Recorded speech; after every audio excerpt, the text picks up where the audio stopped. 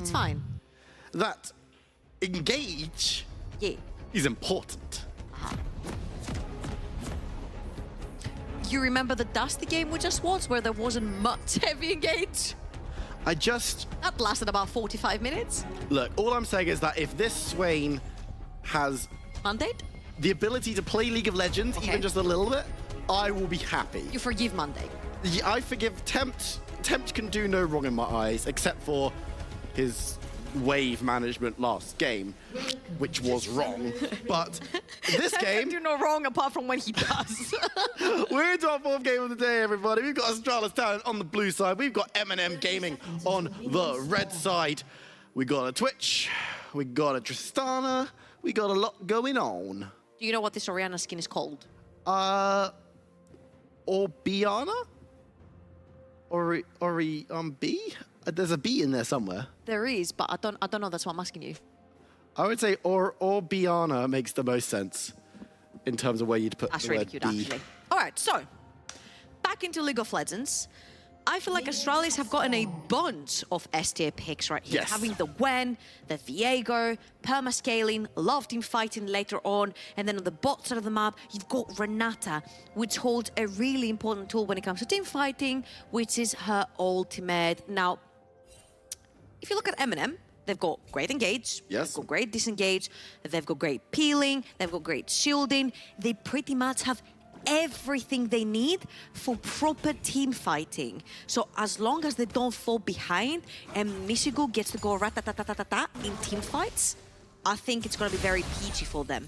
Now, the problem is, if you guys remember the game from Bifrost last week, which went to 50 minutes, Odie's Rat could not play the game. And right here, you're playing Twitch into Renata ult, Tristana jumping on you, you've got Swain hitting you from far away, Viego, Gwen, there's like a bunch of things. And if you get found in the team fights before you actually get to open up with your ultimate, it becomes really difficult for your team to move in. This is why I believe it was very important what Jamada says the first team at objectives will have a massive advantage because you cannot walk through Orianna Ball or not, and you can also not walk through a tight choke point when you know there's a Renata on the enemy team. Absolutely. While MNM have themselves a little bit more engaged than Astralis do, the fact of the matter is, there's so much disengaged from Astralis, and the fact is that's their game. You can just say, like, we're going to jump in now, and they're like, no, you're not. And they're like, okay, cool, that's fine. We're going to have to wait for Mishigu to get to that 45-minute mark, which he will be terrifying at, but Tristana on the other side is going to be able to do just as much, if not more, when it comes to the late game. I feel like Astralis have been a little bit inactive in the early game a lot of the times, and that comes through Taxa not being willing to take a bunch of risks to try and get his lanes ahead, right? He's more of a laid-back, let's farm towards late game and let's team fight, which is also the name of the game for Astralis a lot of the time. That's why you see them picking a lot more of the peeling and kiting back compositions, playing for the AD carry, which right now this AD carry wants to jump in. It doesn't want to kite backwards. It's a kill AD carry. You want to be jumping in, you want to play a kill lane, you've got Renata, handshake someone towards you, get Tristana to jump onto them and do damage. But just because the Lulu is right there and the polymorph can come through, the trade might not necessarily be advantageous. It's going to be a lot of positioning, isn't it? You're going to want to see, look, Viego can get involved but is a little bit short range. Gwen can get involved but is a little bit short range. If you can get those right flanks coming through, then suddenly Astralis Talent's roster is very, very scary, the composition that they've built, rather. But they're going to need to be showing off exactly how good they can be. These players, as we were talking about what the issue was with Astralis Talent last split, the players are all very good. Kiba's already shown he's a very good player, but it's this combination of players. Can they step up? Wait a second. I feel like Senkax saw somebody pop the plant behind him, and he knew it wasn't anyone from the lane, so he might have to blow his flash right here, and he will. It was a little bit of slow reactions. I think it's the same thing with Tempt, right? Where you're just about to crush your wave and you're like, you know what, I'm gonna 50-50, try to burst that wave so it doesn't get frozen in front of enemy tower. But right now, Senkax is in a position where his lane is gonna get frozen for a little bit in front of enemy tower, and Wukong is still around. At this point, you need to call your support through the mid lane. Kiba even run through the Scuttle Crab Wood to make sure that they know that there's a second person in the mid lane. And as you can see, Soft is not gonna try for yet another gank and wrapping around. He's gonna most likely go towards his golems. And Just looking at Taxa, again, as you mentioned, not really wanting to be involved in this early stage, just wants to get that full cleared down. Top lane's very, very pushed in, so could consider that one, but it looks like there's a good idea. Soft and the MNM, they've been pinging down onto where he is. And while we do that, let's have a look at another tweet, shall we? Let's do this. All right. Bifrost Michael, Jax Black, Creox, Tempt, Demvox, they FGG. Is Tempt 3 out of 3 in there? Well, it's Tempt, isn't it? I mean... Okay, so you can't pick 2 members. From the same team. From the same team. Yes. So from X7, we've had only Tempt. Yes. From XL, we've had 2 times done, and now it's FGG. Yep. Yep. And I think we had them Voxnet twice I think as we well. might have had Jax Plank. And Jax Plank twice as well. A lot of love for Jax Plank this time around, and honestly, his performance today, definitely deserving of some love up on that top side playing the Gnar. Of course, was not the biggest impact of his team because... You say that, he soaked damage really well. Yeah, but Stefan and Vladdy were It's like terrifying in that game. Not saying the Jax Plank wasn't good, I'm just For you to saying... be the sword, someone has to be the shield, or it doesn't work. Nah, just... It's a team game. Dual wield. It's a team game. No, you don't dual wield, you just die if you dual wield. No, watch out. It's just much cooler though, isn't it? He's doing it IRL as well, guys. Yeah, of course. Swinging around his Do you want arms. to show the people how it's done? And by the people, I mean the people in the production studio, because... It's just me. No, and you, yeah. I mean, getting back into the game a little bit. Soft's just dove in towards the Dragon. Level 4 on the Wukong just wants to be starting this one up, and he's got a lot of support from the rest of his team, so that's an excellent play there. The Vision Vampire will give Vision that the Dragon is being done, but I don't think there's much that Astralis talent can do. That is very clever as well, because Senkax lost his flash, which means he can't shove in his lane really quickly, which means that Chimera gets to roam the map first. And why I'm saying that this is very important is because in the bot lane for Astralis, whenever you have a Tristana lane, you usually, not usually, like 9 out of 10 times you have the push. Tristana cannot slow push because of the passive, which explodes a minute, and when it dies, you perma-shove bot lane, which means that Astralis should technically always have priority towards the bot side of the map and can be able to walk into river. But just because right now Chimera can walk on the map first before Senkax, it gives the ability for MNM to walk into that river, secure that first dragon, and start possibly stacking the map for later on fights. And that's something that you've always got to be considering. Tristana creates such a unique gameplay situation just because of that, as you said, perma-pushing status. It's not, I wouldn't call it an ability, it's just a case of she's always going to be hard pushing. She's going to be getting that priority, but she's going to be a bit vulnerable to the ganks, and I'm just interested to see how it develops. So this is something interesting that G2 were doing a lot. When Reckless was playing in the team, they used to play a lot of Tristana, and what Jankos used to do is shadow bot side, shove in that wave really quickly, and then together with the bot lane, you invade bot quadrant of enemy jungle, and you take everything. Which is why I'm looking at Taxa right now, because it doesn't necessarily seem to be the case. Like when he decided to invade, it was a little bit too late to sort of run away with his blue buff. This is why I'm asking for a little bit more creativity for Astralis, especially since you have Tristana, especially since you know you're going to have this perma-shove in bot lane. Use it to your advantage and make that Wukong suffer. So far, Taxa has fallen behind about 10 CS, and now they're starting that Rift Herald as well, but it's going to be a 4 versus 4 towards the top side of the map. Chimera still stuck in the mid lane trying to shove in the wave, and I don't necessarily think that MNM are going to try to fight for this. Looks like they're just going to try and get as much push down in the mid lane as they possibly can, knowing that they're probably a little bit too late to the situation, but are just going to try and get themselves a nice wave state going into the jungle invading, getting as much as they can on the other side of the map. Yeah. And if anything, again, I feel like Soft has a better grasp on his pathing right now, because he's like, okay, we're losing Rift Herald, what can I do to replicate that success from my team? We can shove in that mid wave, we can force Astralis to show up on the map, we can take the Wraiths away. He keeps that lead for himself, the experience lead and the gold lead. He has 2 more camps to take at this point, and I'm wondering if potentially we could see a fight really soon, because 2.5 minutes, the second dragon's coming up, it's going to be a Cloud Drake, unless it always shows a Cloud Drake up there and I've been baited. I believe it is a Cloud Drake this time around, which is... It's good news, because it means whatever Drake spawns after, the teams are going to be very inclined to take that as a soul. Absolutely, and when you've got dragons that are useful to contest, and of course teams want to contest every dragon because it's always a positive thing to secure it. You just fight for Elder, it's fine. Yeah, exactly, but when it's a Cloud Dragon, some teams are like, it's not that fussed about it, but when it's something in Hex Tech, you're like, boy, get down to Dragon. I don't care that you don't have teleport. You're walking, lad, as these teams will want to contest and grab themselves the best buffs they possibly can. As we see Soft just clearing away his Grom and getting rid of as much gold, or gaining as much gold as he possibly can, which is always going to be positive. And as you said, Taxa, the thing with Taxa now is he's got this Rift Herald in pocket, so that means that he's got gold in Potentia. He needs to now match what was lost on the other side of the map when he took it. Where can he do that? It's going to be difficult to see where he's going to want to drop that one. Taxa he's just going to continue clearing. This is something that we talked about already. We said, look, Taxa doesn't want to have the biggest impact in the early game. He wants to clear, he wants to farm, but he's fallen behind him.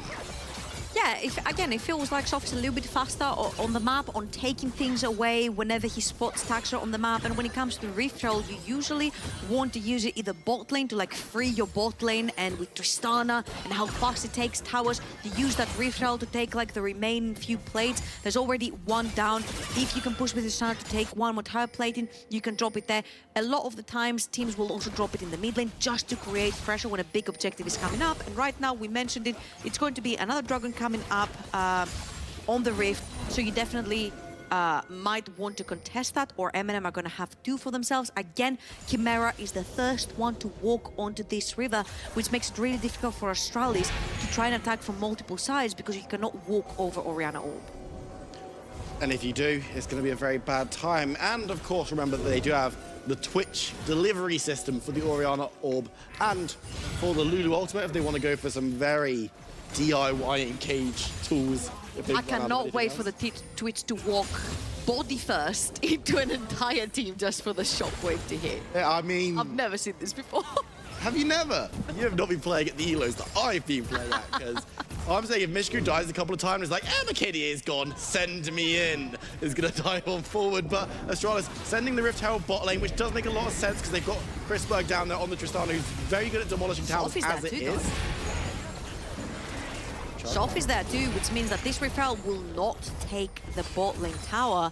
And now the Dragon has spawned as well. Again, Chrisberg is going to shove down that wave. Chimera first again onto that river, which might actually give second Dragon away to MNM. So what is very important right here is that bot lane tower has not fallen, which locks Chrisberg and Kiba still on that bot side of the map, which means that for the next few minutes you cannot move Tristana around to take more tower platings, which has diminished the damage that this Tristana could have technically done with this Rift Herald. Had Soft not been down there, Crispin would have hit the tower a few more times, that tower would have gone down. You can instantly transition Tristana towards the top side of the map, take more tower platings there. This is how you snowball these types of champions in the early game that actually want to get strong really fast. Talking about getting strong really fast, that's another mandate, Swain. So I definitely have to go back home and do some research on that, because I'm really, really interested as to why the mandate is happening right here onto that champion. But very importantly, Kraken Slayer build for Crispek. He's going to be ripping through those HP bars, especially with the true damage. And as well, for Mishigu, a buffed Blade of the Ruin King is going to be the first item of choice. So 2 AD carries with the 2 first items complete. And that's going to be damage coming through. The ultimate burned by Mishigu just to make sure that that tower stays alive a little bit longer. Taxa slightly late to the party, but can be looking to defend, but throws down and shows where he is. So which one is it? Is it rat-ta-ta-ta-ta-ta, or is it spray and pray? Because it's been changed about 50 times. I believe it's currently called spray and pray. Okay, perfect. But you do still you shout rat-ta-ta-ta-ta when it happens. Because it's a rat. Because if you don't shout it, it doesn't work. That's true. That's the problem. It doesn't do max damage if you Yeah. It's the same as like if you're not shouting when you use like Tryndamere ultimate, it doesn't work. Or Karen. Demacia! Like, it doesn't actually change your gameplay experience too much, but I promise you, if you start verbalizing in your League of Legends games, folks, you will win 1% more of your games. 1%? Yeah, because you can't prove well, that's 1% more than what they were winning previously, so I guess you take those. If you're playing with me, then that is true. MNM, Soft's on the side. Soft has been very, very good with his pathing this game. He's been shadowing exceptionally well on the Wukong. Apparently he's fallen a level behind right now because MNM are more focused on trying to diminish the damage that's being done by Astralis and that Tristana rather than getting that Wukong a little bit further ahead. And even though he's not that far behind, somehow Taxa from being behind, he has found himself ahead, getting that Rift Herald, getting that experience, making sure he pushes the towers, he's around for that experience, he's farming his jungle. So far, so well. It's been a very Astralis game, I have to say. Very slow, very low kills, very methodical. And I'm gonna press the button because that's my production, but they haven't replied. So I'm gonna assume this is a new roster. It's me. And it is. It's my roster. Oh, that's your roster. Yeah. What do you think? Wait, you got FGG. Yeah. Your favorite jungler, Kraox. Obviously, he's triple. Hairbrush, because he's been smurfing it. I did this after. Hemped, 4 out of 4. Obviously. He's the only player Last that's game 4 out of 4. We might have a dive coming in though. Carlton's in a little bit of trouble, gonna be knocked up, taken low, and might well be killed, but he's got support for his blood.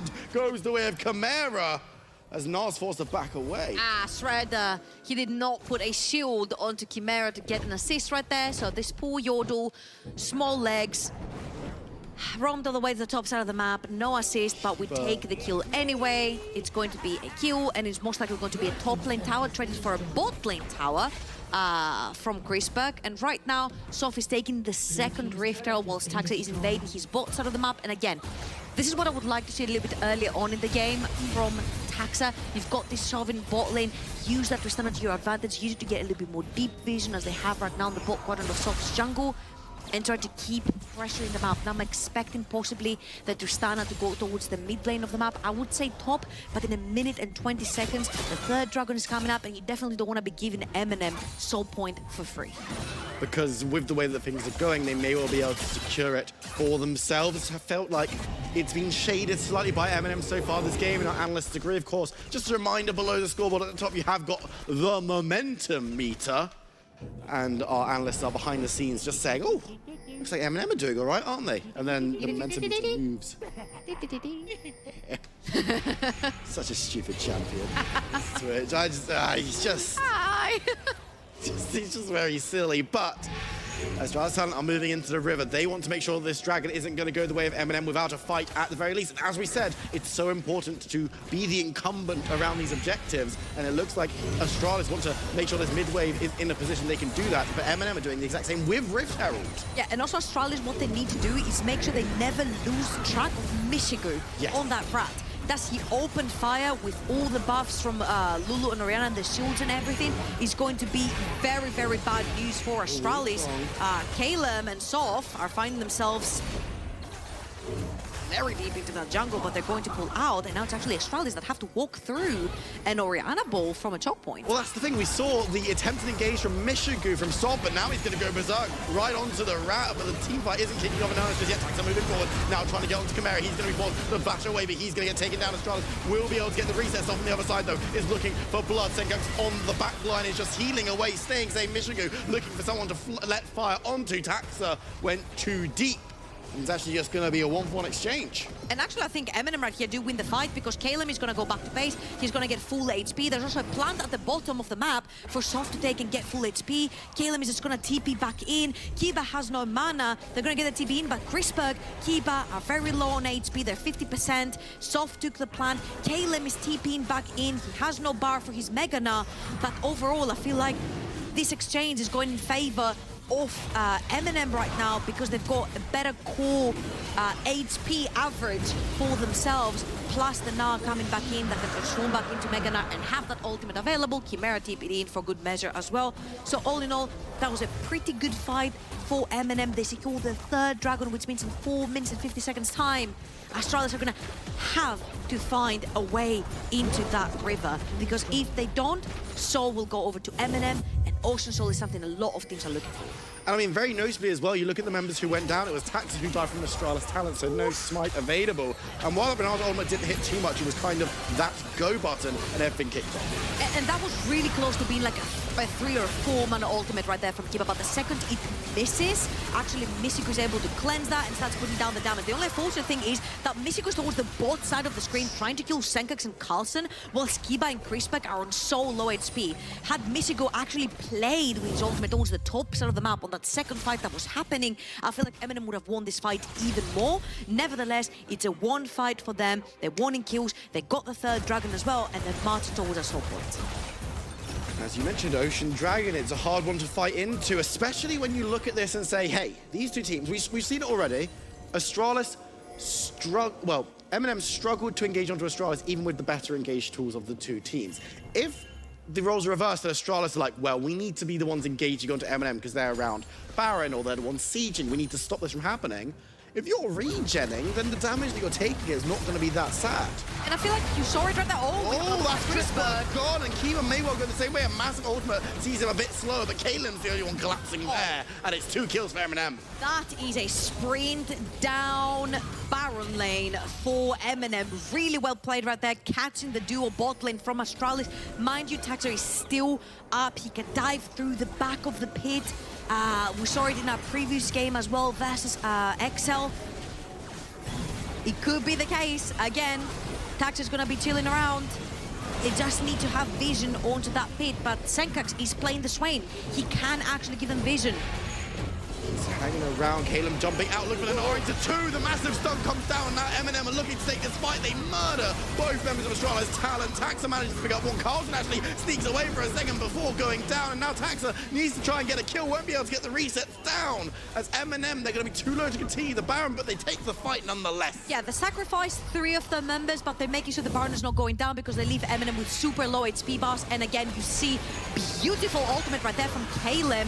But Carlson onto that Gwen goes completely immune right there and heals through a bunch of that damage with his ultimate. And once in the bubble, the Twitch actually has to walk on top of the Gwen to put any damage down, which caused a lot of damage. But nevertheless, yes, MNM run away with 3 kills in their pocket. But very importantly, Astralis stopped the Baron because they leave them so low, and Crispec and Kiba were just on their way, so they could completely wipe them out and start the Baron themselves. Really good call right there from MNM to turn the fight around and not play the 50-50. Now that means that Baron is still available, so it's still a threat on the map, and you've got to imagine MNM looking more and more like the team that will be able to secure. Remember, if they win this game, then they're tying up with not only Astralis Talent, but a bunch of other teams. Looking at Nariki X7 on that 2-3 scoreline right now, and this league could not really be closer. I mean, it could be closer because you could have all the teams on tied scorelines to some extent, but I'm looking at Astralis Talent there on the back foot a little bit. They need to find a way to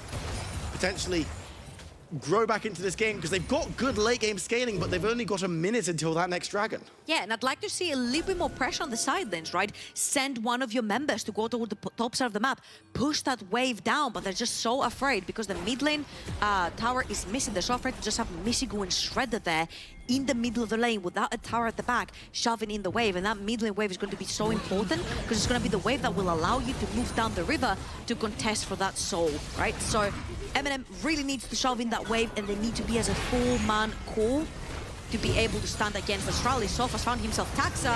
Caught out. Someone needs to be careful. A lot of damage coming on through. Who's going to go berserk? No one coming into the backline, looking for Soph. He's going to be able to ult, but he won't be able to survive as he goes down. That's 2 for Astralis Talent as they chase towards Shredder. He's going to go low, but gets under tower just in time. And I think Astralis Talent have just denied the Dragon Soul. That was such an insane ward right there by Astralis, really deep into that mid lane, allows Carlson to come in. And yes, even though they do not have hard engage, if Soph faces like this, Astralis are able to punish. Really good TP from Carlson right there to stop any backup as well from MNM from coming in. And this is their soul being denied. The first one that's going to go towards Astralis as well. And that was a very good fight.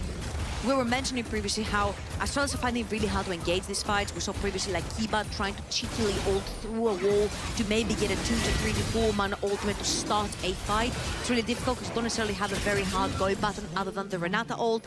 And right there you see Soph had to flash away from it. A bunch of flashes were expanding that fight as well for Chimera and Shredder. And now that Baron is in the mix. Now that these AD carries have multiple items, almost second item from Mishigu. Crispec has 2.5 items in his name. This Baron is going to start looking a lot more enticing because you can take it much faster. Oh, Kiba might be in a bit of trouble here, but he's going to be able to get some damage done. The soft support is coming on through, but the tower has been secured by MNM. They're happy with what they gained and are going to just back away. Breaking over the mid lane could be pretty big. Oh, he has the ball. See, that's what I'm saying. It's the perfect engage solution. Okay, I'm just saying. I think he has the ball on him because he can get a W and be fast. No. It's all about the ultimate. Fast boy rat. I don't think this is for a sombrero. Archer, I'm just saying, in the interview, MNM, I want you to ask about the engage rat. Trust me, it's good. He doesn't have flash. Doesn't matter. Doesn't need it. Just W do speed. it. Just do it. And the ults for engage. And then Wukong dives in and is like, watch out! You're so emotive today.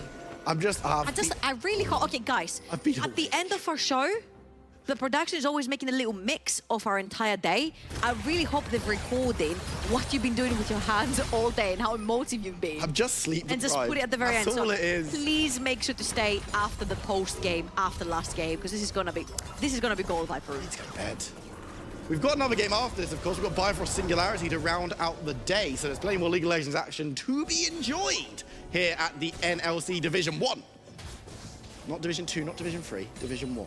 And MNM setting up around this Baron. They're not necessarily looking to do it particularly, but they just want to gain some control around the vision. And they get one of those blue ones, but they don't get the other one.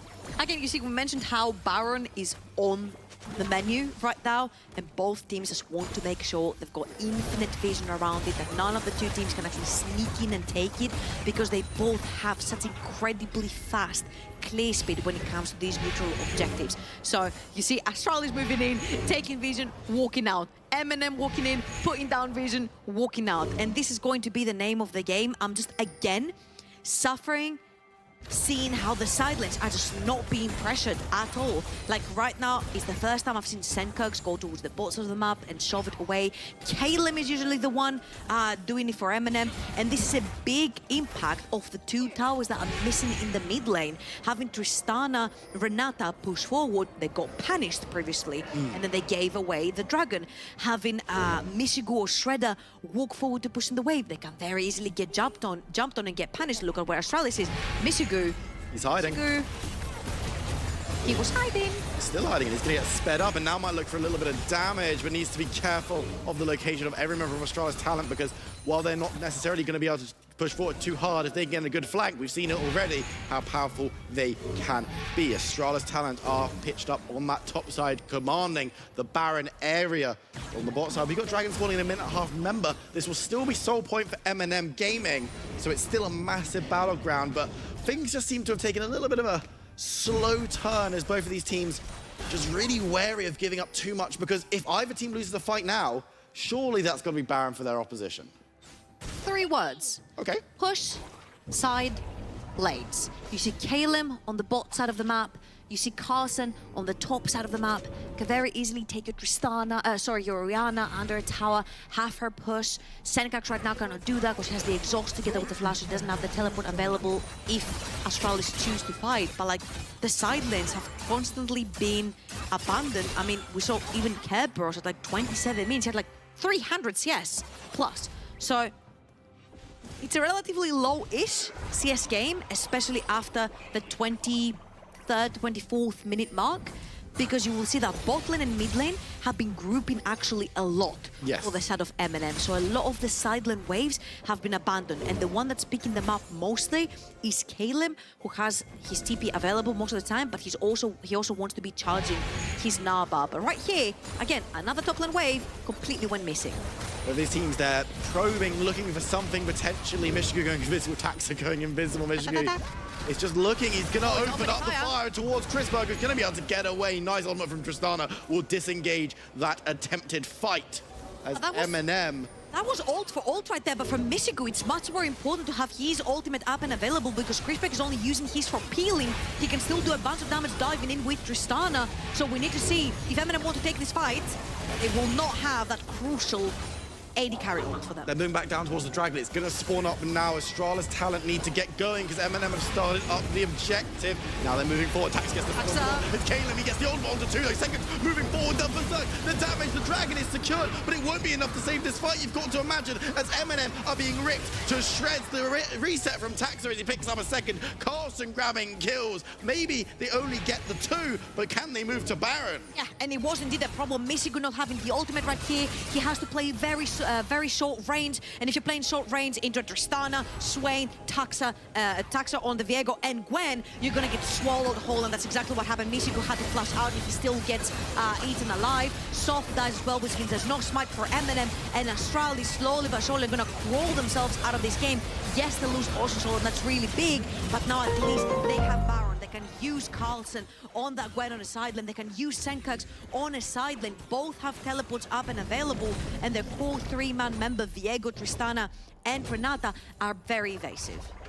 We're about to hit the 30-minute mark. We're going to have another look at this fight, and there's just so much damage coming through from Astralis. They only get 2 kills, but they could have got a couple more. That was a great Renata ultimate coming in as well from Kiba. Really beautiful stuff. Michigu, yes, insta-cleansed it, but Soft starts hitting his friends right there. I think Caleb started hitting his friends there as well. So there was a little bit of confusion. Michigu, of course, not having the ultimate, I think, was the biggest boo-boo right there for MNM. It was impossible to take this fight. And Astralis win the fight, take the Baron, lose the Soul Boy. We're at 30 minutes here at the current patch, which means that we are in the point where if you lose a team fight, you might just lose the game. This segment brought to you by 12.10. And for MNM Gaming, they're just sitting back. They need to weather the storm because it's the famous saying, Baron is temporary, but Dragon Soul's forever. And they're going to be able to get the advantage if they can weather the storm for a few seconds longer. And we know that MNM are pretty good at disengaging when Astralis have tried to engage on them, but they're going to have to be pretty careful because it looks like Astralis, with their pushing power, are looking to crack open the base. Won't be able to do so just yet, though. Members of MNM are moving forward. Caleb has caught out Carlson. He's going to be able to dash away, and this inner tower may well be forfeit as it does go down. Yeah, and look at that. While this is happening, another mid lane wave is pushing. That would mean that if Crispec walks a little bit close to the tower, puts down the bomb, this is going to fall. Soft is oh, nice engage coming through. They're layering the CC. There comes the ultimate coming down, though. Berserk. Michigu does so much damage before being deleted, as Soft will also fall. The attempted engage goes awry, and with Astralis having 5 members, could this be it? Again, Kiba with a very clutch ultimate gets Michigu. Michigu has no cleanse right there, which means he's just shooting down his entire team. And Astralis, 5 members strong, are looking for the finish. They're looking for the first Nexus tower. They will find it. Caleb is doing his best to defend. Needs to go large. Will be able to do so. Ultimate only onto Taxa, who's going to take a decent amount of damage, but it's going to be the Gnar that gets cut down as Taxa goes into stasis. Second Nexus tower falls, and just like that, a close game will end. Shredder dies at his Nexus. It looks like it was going to be a long one, but in the end, Astralis talent take the win. Again, it didn't